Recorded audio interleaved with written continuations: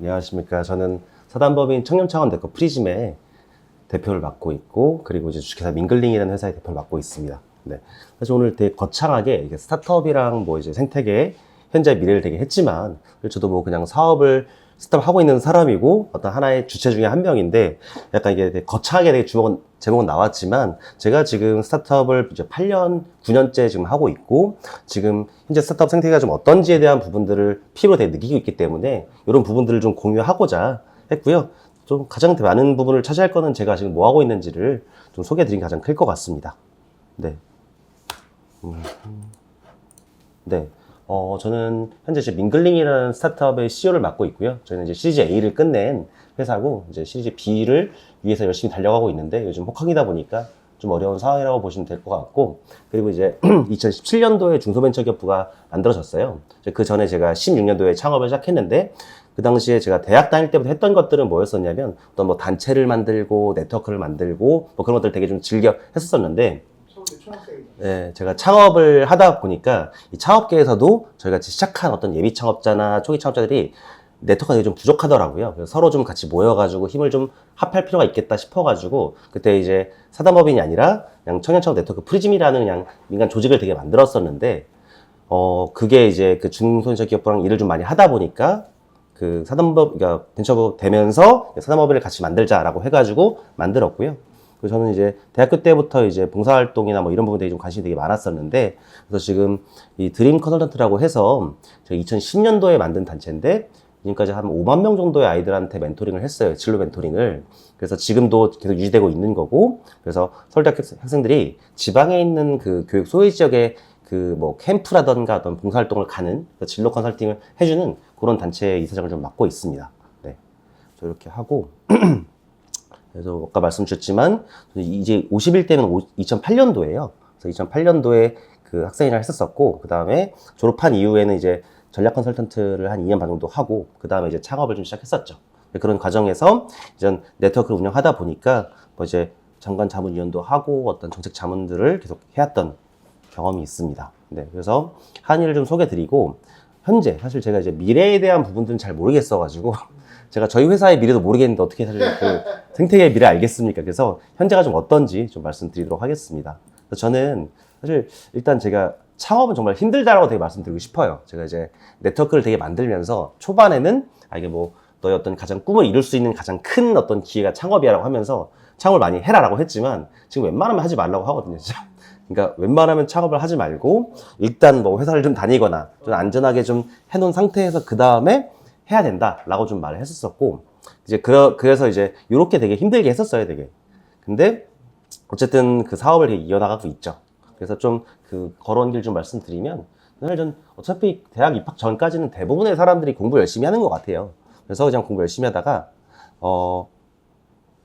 해오다가 이제 그 다음에 대학을 입학했고, 제가 처음에 했던 활동들이 뭐였었냐면 이제 생활협동조합이라고 해서 학교 어떤 식당이라던가 매점 뭐 이런 거 운영하는 그 기관이 있어요. 그래서 학생회에 들어가서 학생들 어떤 의견을 받아가지고 막 이제 학교 뭐 식당도 뭘 개선을 하고 이런 걸 하다가, 그 다음에 이제 2007년도에 그러니까 제가 이렇게 관심을 되게 많았던 게 이제 이 당시 2006년도인가 그 수해가 되게 좀 심하게 났어요. 그 인제에다가. 그래서 이제 봉사활동을 가고 싶은데 그 이제 갈 데가 없는 거예요. 그래서 딴 학교 같은 경우에는 뭐 다 공식 봉사단에서 막 가고 있는데 저희는 없어가지고 이제 그 당시에 이제 학생회장님께 이제 우리 좀 같이 가게 좀 만들어 달라라고 했는데, 이제 오케이 해가지고 딱 다 짰어요. 가려고 했었는데 이제 탄핵을 당해버렸어요. 그래서 제가 이제 어쩔 수 없이 이제 그냥 제가 모아서 가겠다고 해가지고 그 총학생이 네. 탄핵을 당했다는 거예요? 네네네. 그래서 이제 사업이 붕 떴죠. 그래서 이제 나도 가고 싶다라고 해가지고 이제 사람 다시 모아가지고 가려고 했는데 뭐 학생이 돈이 어디 있겠어요. 그래가지고 학생처에 이제 가가지고 이제 우리 좀 가고 싶으니까 좀 지원 좀 해주세요라고 하니까 이제 뭐 알겠다 해가지고 학교 막 뭐 지금 버스 막 대절해주고 해서 갔다 온 거예요. 그래서 갔다 오는 길에 이거 되게 좋다 싶어가지고 그때 학생처에다가 우리도 봉사를 만들자라고 해가지고 이제 그때 만들었던 게 이제 지금도 있는 봉사단이고요. 그래서 이런 어떤 활동들을 좀 많이 했었고, 그래서 이런 활동들을 하다 보니까 이제 학교 어떤 복지나 뭐 이런 부분들을 좀 많이 개선했지만, 많은 부분을 개선하기 위해서는 그래도 학생회를 할 필요가 있겠다 싶어가지고 그냥 출마를 했었죠. 그래서 이제 당선이 되고 나서 이제 이 병역의 의무를 다 하고, 그다음에 이제 그 2010년도에는 이제 아까 말씀드렸던 그 아이들의 진로를 찾아주는 그런 단체를 만들었어요. 그래서 그것도 잘 되고, 그래서 이렇게 한 다음에 그 스탠포드에 이제 가서 어학연수 1년 정도 하고 오고, 이제 졸업한 다음에는 이제 기업의 어떤 전략이라던가 중장기 과제, 아니면 프로젝트 이런 것들을 하는 네모 파트너즈라는 그래도 컨설팅 회사에서 이제 1년, 2년 반 동안 활동을 하다가 이제 16년도에 이제 됐다 싶어서 창업을 했던 거죠. 그래가지고 16년도에 창업을 해가지고 그 지금까지 왔었죠. 근데 뭐 사실 되게 쉬울 줄 알았지만 결국에는 사업은 되게 힘들고, 그래서 요게 플랜 325와 이제 플레이스 비브가 이제 같은 이제 계열사라고 보시면 될 것 같은데 폭망했죠. 그래서 이제 19년도에 이제 새로 어떤 이제 그 창업을 해가지고 지금까지 해오고 있다라고 보시면 될 것 같습니다. 사실 되게 이따 좀 말씀드리겠지만, 그러니까 이게 사업이 19년도에 시작했으면 우리가 20년도에 이제 코로나였잖아요. 그러니까 이 당시에 뭐 오프라인 사업을 하던 데는 거의 대부분 다 망했어요, 사실. 그래서 이제 힘들었었는데 피벗을 잘 해가지고 지금까지 유지해오고 있다라고 봐주시면 좋을 것 같습니다. 그래서 그때 아까 말씀드렸었던 것처럼 이제 플랜 325라는 그 음악 공연 섭외를 하는 플랫폼을 만들었었고, 그리고 이제 그 다음에 제가 이제 사단법인 프리즘을 한다고 하는데 말씀드리면, 그래서 사실 가장 도움이 많이 필요한 쪽이 어딜까라고 생각을 좀 해봤어요. 그쪽은 결국에는 이제 예비 창업자와 3년 이하의 어떤 약간 기반이 잘 안 마련해진 그 스타트업이다라고 싶어가지고 그 사람들을 뭐 각 대학에 있는 동아리라던가 아니면 이제 초기 스타트업들 예비 창업자 함께 모아가지고 5,000명을 시작을 좀 했죠. 그래서 이제 시작해가지고 그게 와가지고 지금 2만 명 좀 넘게 함께 하고 있는데, 그러니까 약간 이거예요. 뭐 협회라지만 협회는 아니고, 그러니까 커뮤니티보다는 강하지만 협회보다는 약한. 그래서 우리끼리 네트워크를 통해 가지고 서로 좀 도움을 주자라고 했던 것에 시작해서 지금까지 왔었죠. 그래서 뭐 여러 가지 되게 활동을 했던 것 같아요. 그래서 여기 그 성수의 스타벅스에 가면 제 사진 아직도 걸려 있어요. 그래서 이 당시에 이제 그 박영선 장관님이랑 스타벅스 대표님 같이 해가지고 했었고, 그래서 뭐 이런 것도 진행하고, 뭐 여러 협약 같은 거 진행하고, 뭐 이런 것도 좀 진행하고 했었죠. 그래서 뭐 다양한 스타트를 지원하는 행사들도 하고, 뭐 저희가 이제 멘토단 같은 거 운영하면서 스타트들도 지원하고 있고요. 저희가 펀드도 만들어가지고 투자를 한 8팀 정도 투자를 좀 했고요. 그리고 저희가 지금은 제가 잊고 있었었는데 2000년도 초반인가? 제가 극동건설이랑 같이 해가지고 경기도시공사의 그 청년몰을 그 마스터리스 하는 것들을 저희가 이제 컨소시엄으로 들어갔더라고요. 근데 그걸 잊고 있었어요, 사실.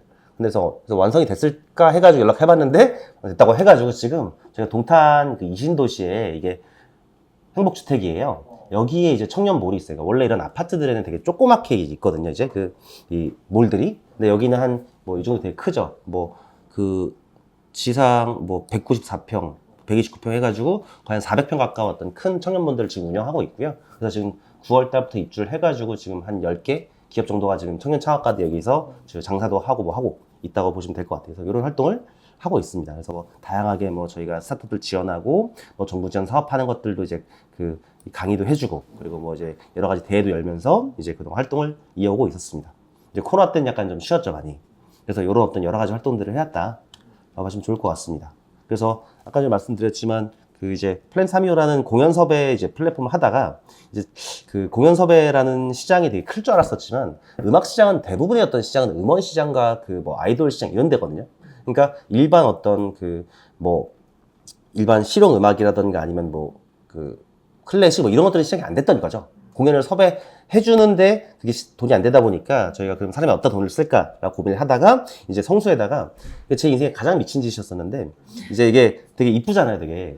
이게 샌드위치 판넬 그 정비소였어요. 여기에다가 제 돈을 5억을 투자를 해가지고 이렇게 만들어 준 거예요. 이 건물값이 엄청 올랐죠, 이게. 근데 이제 잘 뭐 못해가지고 1년 동안 1년 동안 영업하다가 접었죠. 이제 그 안 돼가지고. 이게 뭐 카페예요? 뭐요? 근데 문화복합 공간이에요. 예. 문화공간? 예, 그래서 커피도 팔고 식재도 팔고 공연도 하고 이렇게 하는 데였었죠. 예. 여러분 카페를 웬만하면 안 하셨으면 좋겠습니다. 특히 크게 투자를 해가지고 남의 건물에 돈을 들이는 짓은 절대 하시면 안 돼요. 창업하면서. 네. 제일 중요합니다. 그래서 그 다음에 이제 하다 보니까 5억짜리 교훈입니다. 네.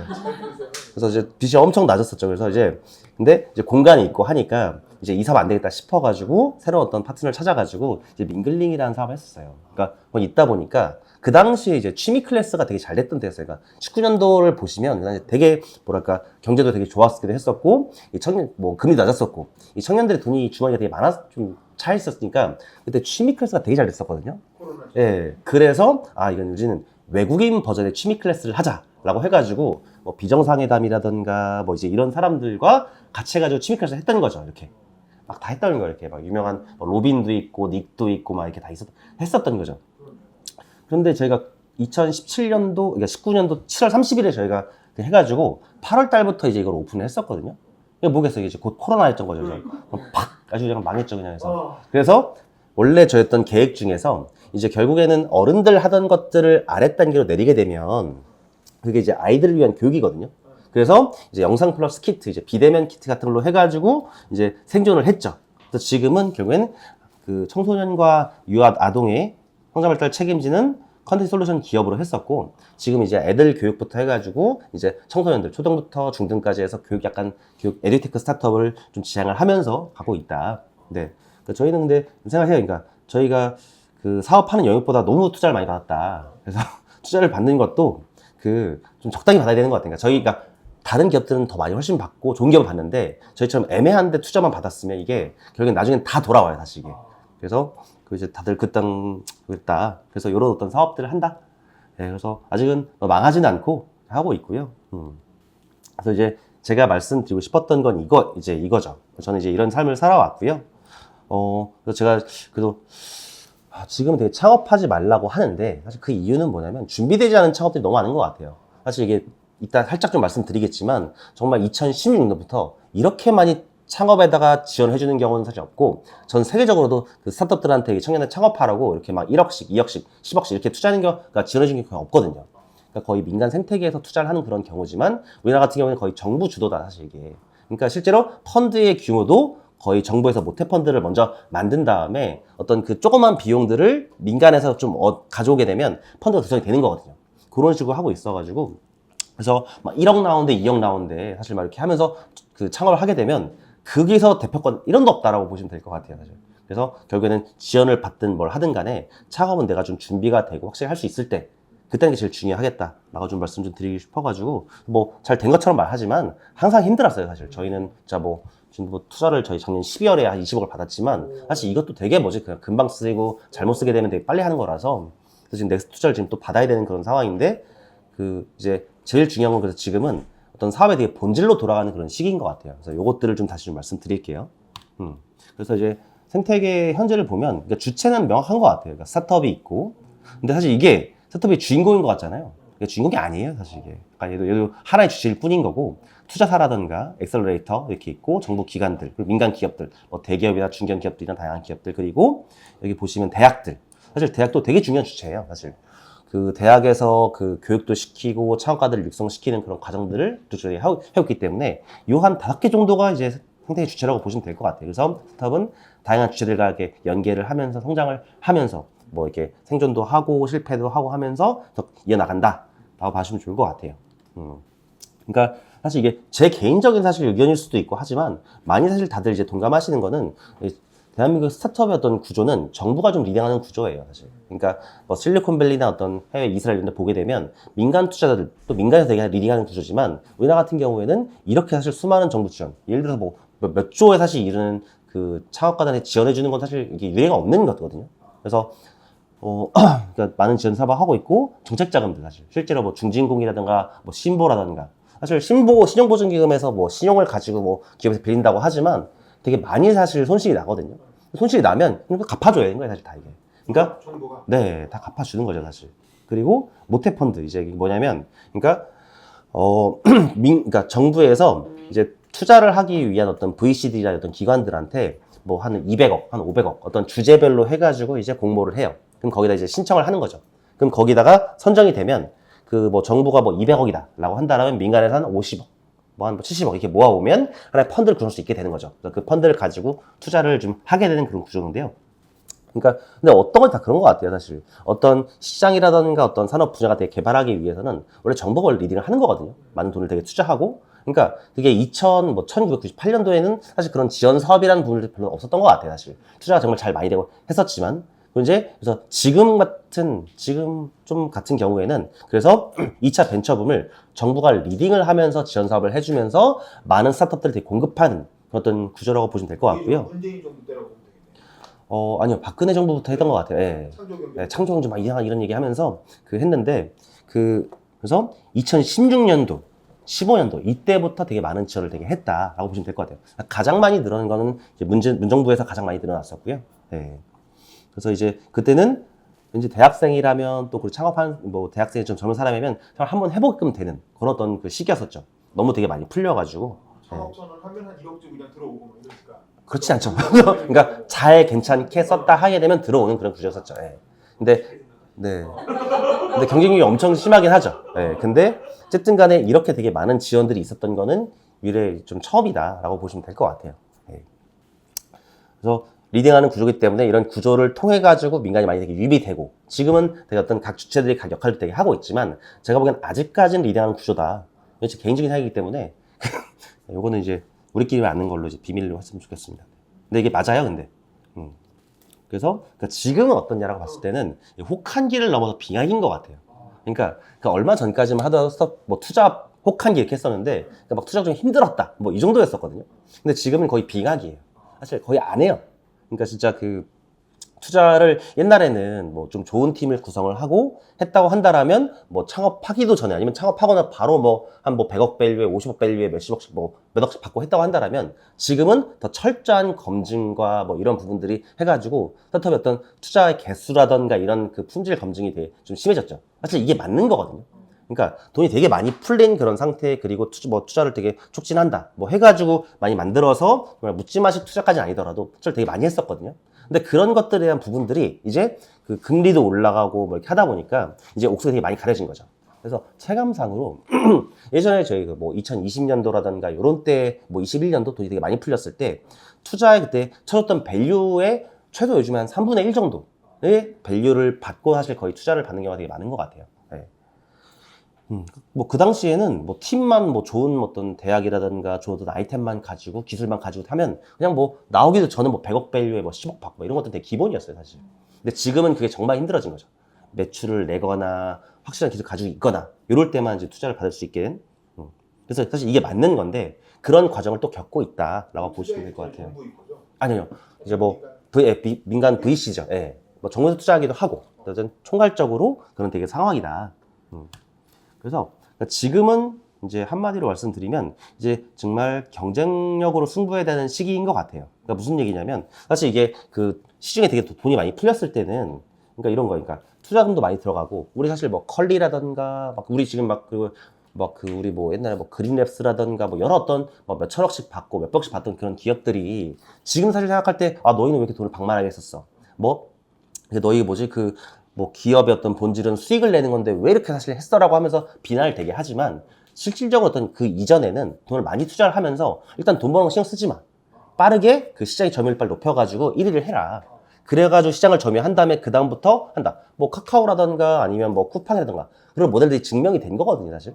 그러다 보니까 그 스타트업들은 결국에는 이 돈으로 시간을 사는 거죠. 그러니까 빠르게 돈을 투입해가지고 시장 점유율을 빨리 높이고 그 어떤 확보된 어떤 유저 수라든가 이런 걸 통해서 이제 나중에 수익 모델을 만들어가지고 들어가게 되는 그런 구조들. 그러니까 그게 통했던 시절들이 있다고 한다면 지금도 정말 통하는 데가 있긴 하겠지만 거의 사실 약간 통하지 않죠. 그래서 지금 같은 경우에는 기조가 이제는 돈을 벌어야 돼.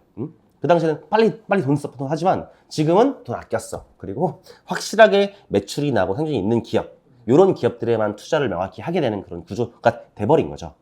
그래서 지금은 2020년 하반기 이때부터 정말 투자는 거의 얼었다고 보시면 될 것 같아요. 그러니까 작년도 거의 사실 윤석열 정부네요.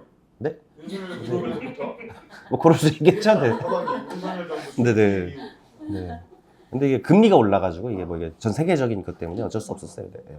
그래서 지금은 기업들이 정말 선제적으로 사람을 줄이고 비용들을 체크를 하고 이렇게 했던 기업들만 지금 살아남아 있고, 그러니까 사실 되게 슬픈 얘기지만 지금 도망가고 숨은 대표들이 한둘이 아니에요. 지금 다 투자를 받아놓고 나서 연락 두절에 다 이게 그러니까 야반 도주하고 제가 아는 사람 미랑 했어요. 진짜 필리핀 한번 갔어요. 지금 아는 분이. 그러니까 이게 뭐냐면 그러니까 그분들은 경영 실패를 한 거죠. 근데 또 그분들이 너무 약간 돈을 뭐 함부로 쓰고 잘 못해서만 했을 수 있냐? 사실 그렇지 않거든요. 그러니까 분위기상도 그랬었고, 그러니까 잘못 당연히 대표가 한 거지만, 그럼에도 불구하고 어떤 그때 그 시기에 어떤 뭐랄까 이 투자하는 사람들의 어떤 그런 거라던가 빠르게 시장 선점해야 되는 비용을 태워가지고 해야 되는 그런 구조 속에서 어쩔 수 없던 측면도 있지 않았었나. 그러니까 그 이렇게 제가 보기엔 그거를 옹호하고 싶지도 않아요, 사실. 예.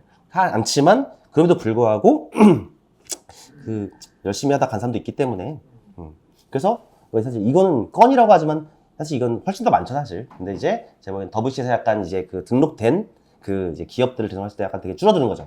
확연하게 줄어들어요. 그러니까 16년도부터 22년도까지는 매년 스타트업들을 막 그 하겠다고 하고 하는 사람이 되게 많았었거든요. 근데 이제 줄어드는 거죠, 다시. 줄어드는 거니까. 이거는 약간 등록된 스타트업이기 때문에 그 더블시라는 플랫폼에 줄어드는 거죠. 그리고 지금 같은 경우 이거 다 이제 기사에서 가져온 거예요. 그래서 이제 정말 다 좋았던 그런 기업들이 다 폐업을 하고, 사실 뭐 우리 뭐 잘 아는 UF라던가 팀앱 같은 티모 같은 다 이제 폐업을 하는데요, 사실. 예, 난리 나고 막 이렇게 한 거죠. 플랫폼에서 이제 지금 같은 경우에는 플랫폼 기업에 거의 투자를 되게 안 하려고 하죠. 그래서 플랫폼 한다라고 하면 일단 잘 투자 안 하고, 또 애들 산업한다. 애기들 산업한다면 출산율이 낮으니까 투자 잘 안 하고, 안 하고 막 이제 그래서 지금은 뭐 시니어라던가 AI. 그래서 제가 이제 봤을 때 그런 것 같아요. 그러니까 지금 그러니까 결국에는 이제 과학의 발전이라던가 시장의 발전이 결국엔 그 역사가 이제 그 자동화의 역사였거든요, 사실. 근데 지금은 더 두각되는 것 같아요. 뭐 인건비도 되게 많이 들고 하다 보니까 지금 투자를 되게 많이 받거나 각광받는 그런 기업들은 사람을 줄여주는 AI. 뭐 진짜 뭐 챗GPT 하나 있으면 뭐 검색이 사실 이런 것도 되게 필요 없기도 하고, 옛날에 막 영상을 찍어가지고 지금은 그래서 진짜 실력 있는 영상을 만드는 사람만이 되게 사람을 수 있는 구조? 웬만한 거 되게 만들어주니까 디자인도 그렇고, 그러니까 그렇게 다 줄여가는. 그리고 티우더 같은 거 이제 실제로 막 서비하는 걸 줄이고 하려고 티우더 같은 걸 도입해가지고 할 때 거의 뭐 1,000억 가까이 되게 투자를 받았죠. 지금도 매출 되게 잘 내고요. 뭐 이런 거죠. 네. 그래서 뭐 그냥 숫자로 되게 보시라고 더블시에 나와 있는 어떤 거 가지고 그러니까 확 준 거예요. 네. 금액도 되게 건수도 되게 줄고 그 전 분기에 비해서 투자 금액도 되게 많이 줄고 이렇게 된 상태인 거고, 월별 투자 건수 금액도 되게 줄고 뭐 증감도 이렇게 하고 했던. 그래서 지금 전반적으로 다 줄었다. 그래서 지금 뭐 기사가 되게 많이 나오는데 이 투자 한파에 뭐 줄폐업들 하고, 그러니까 이거는 진짜 기사에 나온 것들만 사실 진짜 뭐 유명하고 좀 그런 기업들인 거지. 그러니까 그 기저에 있는 뭐 좀 작게 투자 받았다거나 이런 기업들은 셀 수도 없는 거죠. 네. 그래서 그리고 이제 정말 돈이 없다 보니까 또 이제 좀 너무 이렇게 하다 보니까 R&D 이제 그 가장 중요했던 지원 사업들도 지금 그 원래 주기로 했던 돈들도 지금 못 주고 있는 그런 상황이고. 근데 이렇게 팁스라는 그 지원 사업을 통해서 받던 데서 못 받으면 거의 문 닫아야 돼요, 사실. 네. 그래서 뭐 이게 68곳이 아니라 제가 보기엔 한 몇천 곳이 폐업했을 거예요, 사실 이게. 근데 이제 잘 알려지거나 이렇게 했을 때, 그리고 기업 가치가 말씀드렸지만 이제 기업 가치가 계속 떨어지는 거거든요. 그러니까 컬리가 제가 기억은 명확히 안 나지만 거의 4조 가까운 돈으로 기존 투자를 받았을 거예요. 그러니까 4조 밸류에. 그러니까 뭐 이런 거죠. 우리는 4조 밸류인데 4천억을 받았어.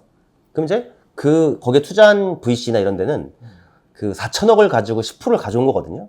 근데 지금 상장을 시키려고 보니까 1조도 안 돼요. 그러니까 자기의 어떤 그 투자한 가치는 4분의 1로 없어지기도 하고 다 이렇게 한 거죠.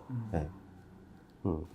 그래서 지금은 제가 봤을 때는 스타트업의 인식의 변화, 뭔가 팬시하고 뭔가 IT 기술적인 걸 만들어가지고 뭐 기술적으로 뭔가 멋지게 빠르게, 사실 이런 것들이 스타트업을 되게 팬시함을 되게 유지하면서 뭔가 유입했던 그런 원동력인데, 그러니까 16년도부터 5년도부터 대학생들 막 창업하고, 근데 이게 거의 5년 내에 폐업률이 한 90% 되거든요, 스타트업들이. 이게 무슨 얘기냐, 한 사이클 돌았어요. 멋지게 우리 창업했던 선배님들 다 망해서 온 거야, 이게. 거의 다. 그러니까, 그리고 지금 그렇게 열심히 잘했던 스타트업들을 다 망하고 이런 것들 보다 보니까, 이제는 사업은, 본질은 돈 버는 거다, 사실. 투자를 받아가지고 키워나가는 게 아니라, 결국에는 이제 이익을 낼 수 있는 그런 사업 분야를 만들어가지고, 작지만도 벌어가지고 성장시켜 나가는 것들. 그러니까 이런 걸 제가 부트스트랩이라고 하거든요, 이렇게. 그러니까 막 투자받아서 키우는 게 아니라 차근차근 올라가는 것들을. 그래서, 지금 결국에는 이게 뭐 정말 막 투자만 받아가지고 막 성장시켰던 그런 기업들이 제대로 수익처를 찾지 못하고 이런 기업들은 다 망하는 거죠, 사실. 그러면서 사업의 본질, 돈을 버는 기업이 결국엔 스타트업이라는 어떤 이름, 팬시 이름에 되게 가졌었지만 그게 본질이고 그걸 찾을 수 있는 해법을 찾은 기업만이 살아날 수 있다. 그런 시기가 돼버린 것 같아요. 그게 또 맞는 거고요, 사실. 예. 그래서 묻지마 투자고 창업이 이제 사라진 지 오래인 것 같아요. 예. 그래서 약간 미래를 그러니까 1차 벤처붐, 미래라고 해가지고 일단 넣긴 했는데, 저도 잘 몰라요. 언제 올지도 모르겠고, 오지 않을 것 같기도 하고, 그러니까 이런 거죠. 1차 때는 인터넷이라는 어떤 기술이 만들어지면서, 98년부터 2001년까지 이게 했었죠. 정말 많은 돈들이 투입이 되고, 뭐, 진짜, 뭐, 그때는, 네이버 카카오가 생긴 네. 거잖아요. 그때는 이제 막 상장도 그냥 시키고, 막 몇 천억씩 물르고 해가지고, 그때 부자들이 되게 많이 생겼죠. 예? 근데 그러고 나서 이제 한 20년 정도 했을 때, 이제 뭐 15년 이렇게 갔을 때, 2차 벤처붐. 제가 보기엔 이거에 되게 핵심적인 역할을 스마트폰에다가 되게 봐요. 모든 사람이 사실 스마트폰을 들고 다니면서 이제 할 수 있게 되는 그런. 그러니까 그러면서 빅데이터, 반도체 이런 것들이 한 거죠. 왜 20년을 썼냐면, 이때부터는 이제 코로나가 끝나고 나서 자금이 되게 이제 그 축소가 되고, 그리고 기존에 그렇게 붐 일었던 때부터 해왔던 그런 기업들이 이제 실제로 실력들이 이제 다 검증이 되고 이렇게 하면서 무너지게 된 그런 시기인 거죠. 그래서 지금 2차 벤처 붐이 이제 약간 끝난 그런 시기다. 그래서 옛날처럼 돈을 많이 투입하고 뭐 정부 지원 많이 한다고 해가지고 사람들이 창업을 할 것이냐? 그렇지 않다고요. 왜냐면 이때 끝난 이유를 거의 창업이라는 것보다는 거의 대부분이 취업하거나 이렇게 기획하고 했었거든요. 근데 지금은 일자리도 거의 없어지는 그런 상황 속에서 어떻게 이게 살아남을 것이냐. 그래서 창업은 그거죠. 그러니까 그게 뭐 일자리가 없어도 그렇지만 결국에는 일을 만들고 하는 그런 역할들. 아까 전에 막 정부 뭐 지원금이라는 거 하는 게 막 1억 우리가 받은 세금을 쓴다 이렇게 하지만 사실 저는 막 우리 세금들 이렇게 쓰냐라고 하지만 실질적으로 그렇게 해가지고 성장한 기업들이 세금을 제일 많이 내요. 많이 공하고. 그리고 아까도 말씀드렸지만 대표가 거기서 받는 돈은 1원도 거의 없거든요. 그러니까 다 고용한테 써야 돼요, 사실. 그래서 결국에는 이게 내수 증진에 가장 되게 뭐랄까 나름대로 효과적인 그런 정책이다. 그러니까 정부에서 보는 그런 시각은 일자리 창출. 왜냐면 일단 뿌리면 1명, 2명 고용을 해야 되고 대표는 고용 상태가 되기 때문에 그러니까 이런 역할로서 일자리를 더 창출하기 위한 어떤 용도로서도 되게 큰 역할을 되게 해왔다. 라고 이제 다시 마지막으로 넘어가면 이 2차 벤처붐은 제가 보기엔 얼추 끝난 것 같아요, 사실. 끝난 것 같아요. 아니, 끝난 것 같아요, 이미 제가 보기엔. 그러니까 그래서, 근데 이제 창업도 잘 하려고 하지 않고 옛날만큼 대학이나 이런 데에서 뭐 창업을 내가 하겠다, 그리고 너무 기술이 많이 개발이 됐어요, 사실. 발전이 됐어요. 스타트업 수준에서 쫓아갈 수가 없게 되고. 네. 쫓아갈 수 없는 수준. 그래서 이제 뭐 그런 거잖아요. 그러니까 오픈 AI에서 100조, 200조를 들여가지고 이제 AI를 만드는데 누가 만들 수 있게 사실. 그러니까 그런 어떤 상황에서 어떻게 올 것인가 사실 올 수도 있겠지만 전 잘 모르겠다. 그러니까 근데 언젠간 오겠죠 사실. 네. 그래서 제 생각에는 이제 이런 것 같아요. 그러니까 지금 생태계라는 부분들 결국에는 항상 처음에 막 누가 도입을 시켜가지고 붕을 시키면서 그 다음에 막 인위적으로 붕을 시켰다가 거기에 따라간 어떤 여러 주체들이 같이 어우러지면서 성장을 되게 시켰다가 흥망성쇠가 다 있는 거거든요. 그러니까 이게 결국엔 다 똑같았던 것 같아요. 그러니까 지금 뭐 주식도 그렇고 다 올라갔다 떨어졌다 이게 한단 말이죠. 그렇죠? 그래서 결국에는 이제 이게 지금 없어지면 이게 10년 뒤가 될지 20년 될지 잘 모르겠어요.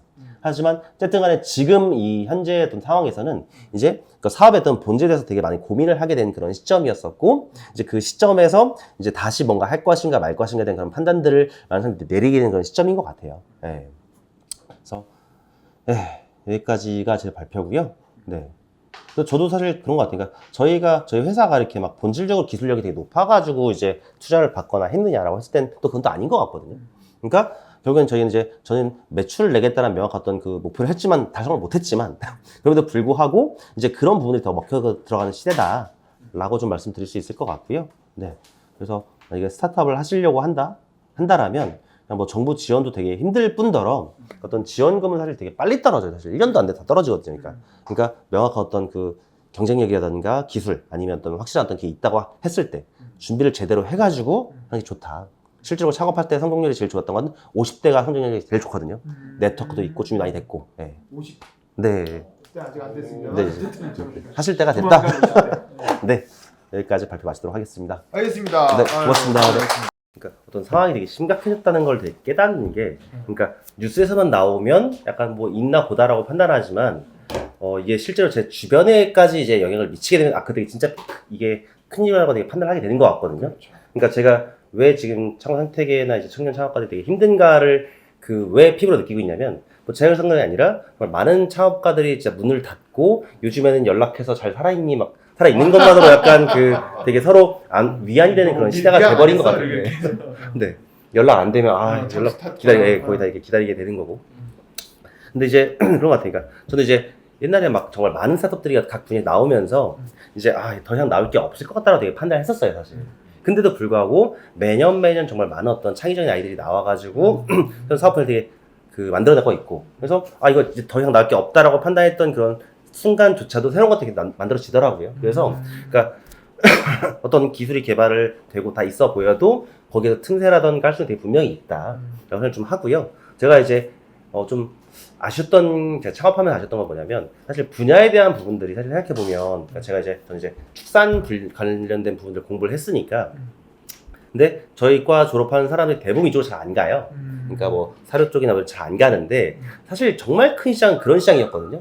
근데 이제 이런 시장에서 음악 공연 섭외 시장을 가겠다 이렇게 하면서 하니까 이게, 그러니까 무슨 얘기냐면, 그러니까 나는 창업하는 사람들이 끝까지 되게 살아남고 좀 잘하는 그런 사람들은 관련해서 전문성이 있는 사람들이 살아남더라고요. 사실. 그래서 제가 생각하기에는 뭐냐면, 제가 어떤 전공 분야 이런 부분들 되게 분명히 그 분야에서 할 수 있는 게 되게 많다고 좀 판단이 좀 들거든요. 특히 더 되게 중요해지는 그런 파트다 보니까. 그래서 저는 어떤 처음 막 바로 내가 생각해서 이게 되게 좋을 것 같아라고 해가지고 하는 것보다는 그 관련된 전문 분야에 대한 것들을 잘 쌓고 네트워크를 쌓고 이렇게 하면서 그런 준비 과정들을 잘 쌓아가게 된다라면 그 분야에서 어떤 길이 나온다라고 좀 생각을 좀 하게 되더라고요. 그래서 뭐 어려진다 하더라도 그건 아니다라고 말씀드리고 싶어요. 네. 알겠습니다. 아유 감사합니다.